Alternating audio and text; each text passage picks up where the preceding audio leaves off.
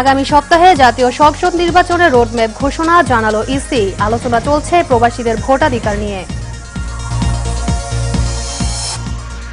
গুলশানে চাঁদাবাজির ঘটনায় সম্পৃক্ততার অভিযোগ অস্বীকার করলেন উপদেষ্টা আসিফ মাহমুদ। তফসিলের আগেই পদত্যাগ।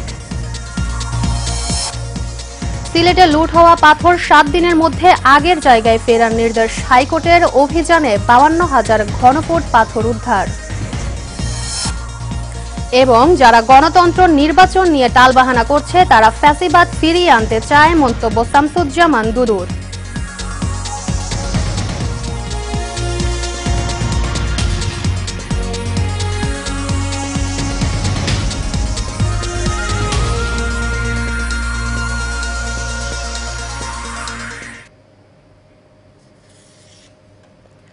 স্বাগত এশিয়ান নিউজে, সাথে আছি আমি মুক্তা ইসলাম। এতক্ষণ শুনছিলেন বিআরবি কেবল ইন্ডাস্ট্রিজ লিমিটেড সংবাদ শিরোনাম। এবার বিস্তারিত। ত্রয়োদশ জাতীয় সংসদ নির্বাচনের রোডম্যাপ ঘোষণা করা হবে আগামী সপ্তাহে, এমনটাই জানিয়েছেন নির্বাচন কমিশনের সিনিয়র সচিব আক্তার আহমেদ। গতকাল বিকালে আগারগাঁও নির্বাচন ভবনে সাংবাদিকদের এ তথ্য জানান তিনি। তবে রোডম্যাপ কোন পদ্ধতিতে হবে সেটা পরবর্তীতে জানানোর কথা বলেন তিনি। প্রবাসীদের ভোটাধিকার প্রসঙ্গে ইসি সচিব জানান, এ বিষয়ে আরও আলোচনা বাকি আছে। আলোচনার পর সাংবাদিকদের বিস্তারিত জানানো হবে।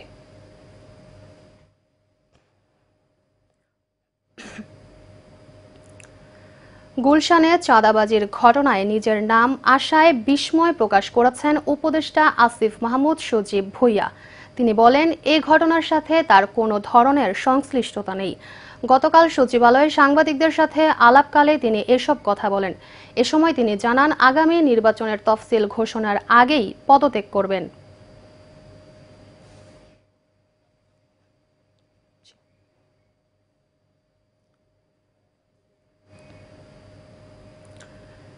সিলেটের ভোলাগঞ্জে লুট হওয়া সব পাথর আগামী 7 দিনের মধ্যে আগের জায়গায় ফেরার নির্দেশ দিয়েছেন হাইকোর্ট। সেই সঙ্গে অবৈধভাবে পাথর উত্তোলনের সঙ্গে জড়িতদের তালিকাও চেয়েছেন আদালত। গতকাল এ আদেশ দেন হাইকোর্ট। এর আগে সিলেটের সাদা পাথর লুটের ঘটনায় দোষীদের বিরুদ্ধে দ্রুত ব্যবস্থা নিতে হাইকোর্টের সংশ্লিষ্ট শাখায় একটি রিট করা হয়। আগামী রোববার হাইকোর্টে একটি বেঞ্চে এ বিষয়ে শুনানি করা কথা রয়েছে। এদিকে সিলেটের সমন্বিত অভিযানে এখন পর্যন্ত আনুমানিক 52,000 ঘনফুট পাথর উদ্ধার করা হয়েছে।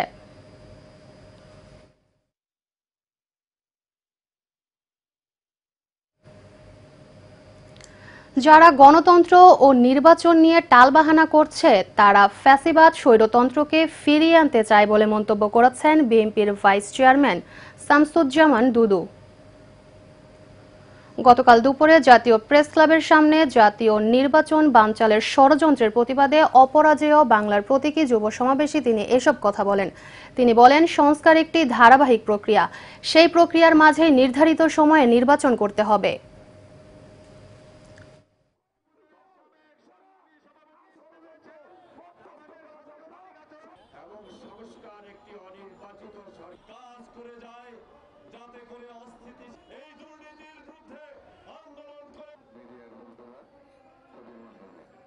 আজকে স্পষ্ট করে বলে, গণতন্ত্র নিয়ে যদি কেউ টালবাহানা করে, নির্বাচন নিয়ে যদি কেউ টালবাহানা করে, তাহলে বুঝতে হবে তারা স্বৈরতন্ত্র এবং ফ্যাসিবাদকে ফিরিয়ে আনতে চাচ্ছে। সেই জন্য আমাদেরকে সাবধান থাকতে হবে। জনাব তারেক রহমান সাহেবের নেতৃত্বে দেশের সবচেয়ে প্রশংসিত প্রিমিয়ার মেঘা গেটেড কমিউনিটি রূপায়ণ সিটি উত্তরা ও শীর্ষস্থানীয় স্কিন কেয়ার প্রতিষ্ঠান বায়োজিনের সমঝোতা চুক্তি স্বাক্ষর করেছে। রূপায়ণ সিটি উত্তরার স্কাইভিলার লাউঞ্জে এ চুক্তি স্বাক্ষরিত হয়। এই অংশীদারিত্বের ফলে বায়োজিন কসমেটিক্যাল প্রতি বছর রূপায়ণ সিটি প্রাঙ্গণে 2টি বিনামূল্যে স্কিন কেয়ার সার্ভিস কার্যক্রম পরিচালনা করবে এবং রূপায়ণ সিটি উত্তরার গ্রাহক, কর্মকর্তা ও কর্মচারীদের জন্য সকল পণ্য ও চিকিৎসা সেবায় 20% ছাড় দেবে। অন্যদিকে রূপায়ণ সিটি উত্তরা বায়োজিনের গ্রাহক ও কর্মচারীদের জন্য যে কোনো আবাসিক ও বাণিজ্যিক সম্পত্তি ক্রয়ে বিশেষ ছাড় দেবে। বিস্তারিত ওয়ালিদ সিদ্দিকের রিপোর্টে। মানুষের মধ্যে গেটেড কমিউনিটির আধুনিক ধারণাকে জনপ্রিয় করা এবং নগর জীবনে নিরাপদ, সুশৃঙ্খল ও নান্দনিক আবাসন নিশ্চিত করার লক্ষ্যে রাজধানীর প্রাণকেন্দ্র উত্তরায় গড়ে উঠেছে দেশের প্রথম প্রিমিয়াম মেগা গেটেড কমিউনিটি রূপায়ণ সিটি উত্তরা। আধুনিক নগর ব্যবস্থাপনা, উন্নত অবকাঠামো এবং সুষম জীবনযাপনের সমন্বয়ে গড়ে ওঠা এই আবাসন প্রকল্পটি কেবল একটি বসতভিটা নয়, বরং একটি পূর্ণাঙ্গ জীবনধারার প্রতিচ্ছবি। সবুজে ঘেরা রূপায়ণ সিটি উত্তরার 63% স্থান খোলা ও উন্মুক্ত রাখা হয়েছে, যেন প্রতিটি বাসিন্দা পান নির্মল বাতাস, পর্যাপ্ত আলো এবং খোলামেলা পরিবেশে নিঃশ্বাস নেয়ার অবাধ স্বাধীনতা। রূপায়ণ সিটি উত্তরা তাদের গ্রাহকদের স্কিন কেয়ারকে গুরুত্ব দিয়ে বাংলাদেশের খ্যাতনামা কোম্পানি বায়োজিন এর সাথে সমঝোতা চুক্তি করেছে, যার ফলে সকল পণ্য ও চিকিৎসা সেবায় 20% ছাড় পাবেন রূপায়ণ সিটি উত্তরার গ্রাহকরা। রূপায়ণ সিটি উত্তরা সবসময় হলিস্টিক লিভিংকে এবং একটা ইন্টিগ্রেটেড বা সমন্বিত একটা আবাসন ব্যবস্থাকে প্রমোট করে যায়। আজকে আমরা যে সমঝোতা স্মারক স্বাক্ষর করলাম, এই সমঝোতা স্মারক শুধু একটি স্মারকই না, এটা স্বৈরাচার শেখ হাসিনার পতনের পর দেশ জুড়ে হয়ে এসেছে শতাধিক মামলা। তবে একটি মহল সুবিধা নিতে এসব মামলায় আসামির তালিকায় নাম ঢুকিয়ে দেয় অনেক নিরীহ মানুষের। সেই ষড়যন্ত্র থেকে রেহাই পাননি এক জুলাই যোদ্ধা ও তার পরিবার। শহীদুল্লাহ গাজীর তথ্যচিত্রে বিস্তারিত জানাচ্ছেন সোয়েব সত্তার লিজন। যেখানে শেখ হাসিনা ও আওয়ামী দোসরদের করা হয় আসামি, তবে অনেক স্থানে এই মামলা নিয়ে অভিযোগ ওঠে বাণিজ্যের। আসামির তালিকায় নাম দিয়ে হয়রানি করা হয় অনেক নিরীহ মানুষকে। আমি ভার্সিটি যেতে পারছি না, আমার ভাই কলেজে যাচ্ছে না। এমনই হয়রানির শিকার রাজধানী যাত্রাবাড়ি এলাকার জুলাই যোদ্ধা শাহরিয়ার হোসেন সাফিন ও রাফিয়া হোসেন সাবার পরিবার। মিথ্যা মামলায় তাদের বাবা মোহাম্মদ বেলাল হোসেনকে বিভিন্নভাবে করা হয় হয়রানি। এমনকি বাসায় রাত বিরাতে পুলিশের তল্লাশি, রাস্তায় জুলাই যোদ্ধা সাফিন ও সাবাকে মব সৃষ্টি করে হয়রানি করা হয়েছে। আমি ব্যবসা বাণিজ্য করি, আমার প্রতিহিংসাভাবে আমাকে মামলা দিয়ে আমি বাসা থাকতে পারতেছি না, আমাকে বাসা থেকে তাড়াইতেছে এবং বাসা হামলা দিতেছে।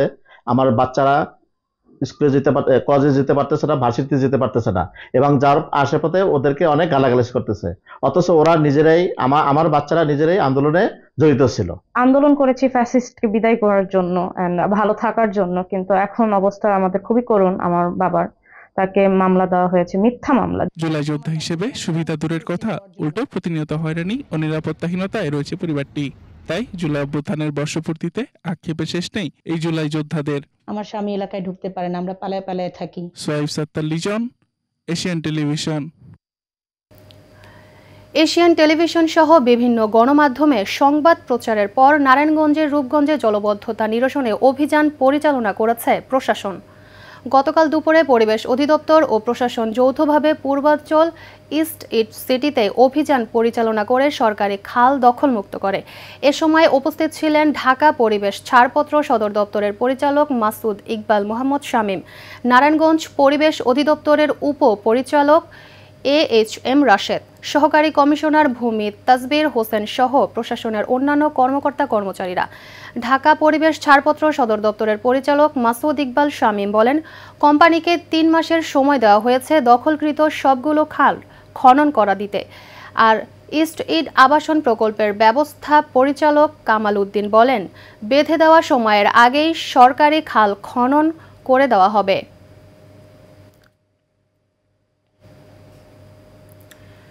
নারায়ণগঞ্জের সোনারগাঁয়ে 31 দফা বাস্তবায়নে এবং চাঁদাবাজি বন্ধ করার লক্ষ্যে লিফলেট বিতরণ ও পথসভা হয়েছে। প্রধান অতিথি হিসেবে উপস্থিত ছিলেন জাতীয় নির্বাহী কমিটির সদস্য, নারায়ণগঞ্জ জেলা বিএনপির সাবেক সভাপতি ও সাবেক এমপি বীর মুক্তিযোদ্ধা গিয়াসউদ্দিন। আরও ছিলেন নারায়ণগঞ্জ জেলা যুবদলের সাবেক সাধারণ সম্পাদক শাহ আলম মুকুল, সোনারগাঁও উপজেলা যুবদলের আহ্বায়ক শহীদুর রহমান স্বপন সহ অন্যান্যরা।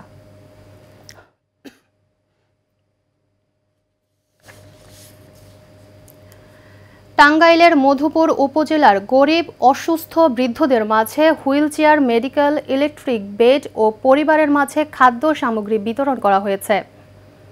বিভিন্ন এলাকায় এসব সামগ্রী বিতরণ করেন আসন্ন জাতীয় সংসদ নির্বাচনের টাঙ্গাইল 1 আসন থেকে বিএনপির মনোনয়ন প্রত্যাশী লেফটেন্যান্ট কর্নেল অবসরপ্রাপ্ত মোহাম্মদ আসাদুল ইসলাম আজাদ। এ সময় মধুপুর উপজেলা বিএনপির সাবেক যুগ্ম আহ্বায়ক আবুল কালাম আজাদ, উপজেলা বিএনপির সাবেক যুগ্ম সাধারণ সম্পাদক মোহাম্মদ আশরাফুল ইসলাম মাসুদ, উপজেলা বিএনপির মৎস্য বিষয়ক সম্পাদক মোহাম্মদ নুরুল আলম মেম্বার, মধুপুর পৌরসভার ২ নং ওয়ার্ড বিএনপির সাধারণ সম্পাদক মোহাম্মদ মিজানুর রহমান সহ বিএনপির সকল অঙ্গ ও সহযোগী সংগঠনের নেতৃবৃন্দরা উপস্থিত ছিলেন।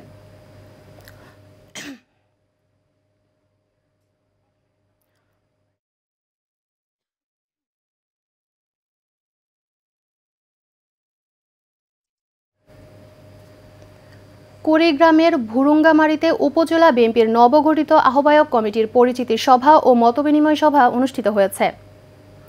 মুক্তিযোদ্ধা কমান্ড কাউন্সিলের হল রুমে নয়া কমিটির সদস্য সচিব প্রভাষক শহীদুল ইসলাম আকন্দের উপস্থাপনায় কমিটির ৩১ জন সদস্যদের পরিচিতি শেষে বক্তব্য রাখেন নয়া কমিটির আহ্বায়ক কাজী আলাউদ্দিন মণ্ডল, সিনিয়র যুগ্ম আহ্বায়ক আব্দুল ওয়াদুদ কাজী, যুগ্ম আহ্বায়ক শাকওয়াত হোসেন তৌহিদ সহ অন্যান্য সদস্যরা।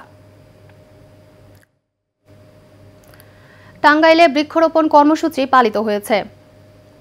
জেলা প্রশাসক টাঙ্গাইল শরীফা হকের উদ্যোগে জেলা ১২টি উপজেলায় ১,০৬৮টি মাধ্যমিক, উচ্চ মাধ্যমিক, মাদ্রাসা, টেকনিক্যাল ও ভোকেশনাল শিক্ষা প্রতিষ্ঠান সহ সকল সরকারি অফিস প্রাঙ্গণে একযোগে ৩ প্রজাতির দৃষ্টিনন্দন দেশি ফুল গাছ কৃষ্ণচূড়া, জারুল ও সোনালু রোপণ করা হয়েছে। বৃক্ষরোপণের উদ্বোধন করেন উপজেলা নির্বাহী অফিসার ABM আরিফুল ইসলাম।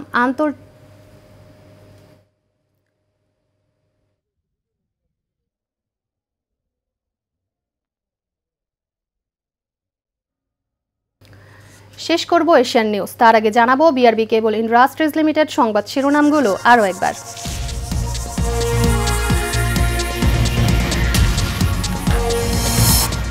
আগামী সপ্তাহে জাতীয় সংসদ নির্বাচনের রোডম্যাপ ঘোষণা জানালো ইসি। আলোচনা চলছে প্রবাসীদের ভোটাধিকার নিয়ে।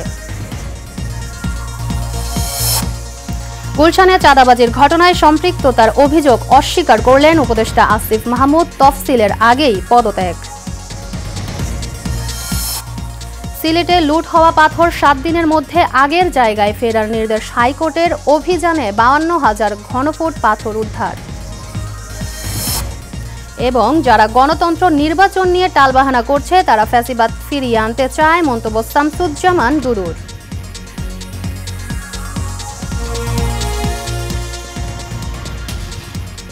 এশিয়ান নিউজ এই পর্যন্তই। পরবর্তী সংবাদ দেখার আমন্ত্রণ রইল। আল্লাহ হাফেজ।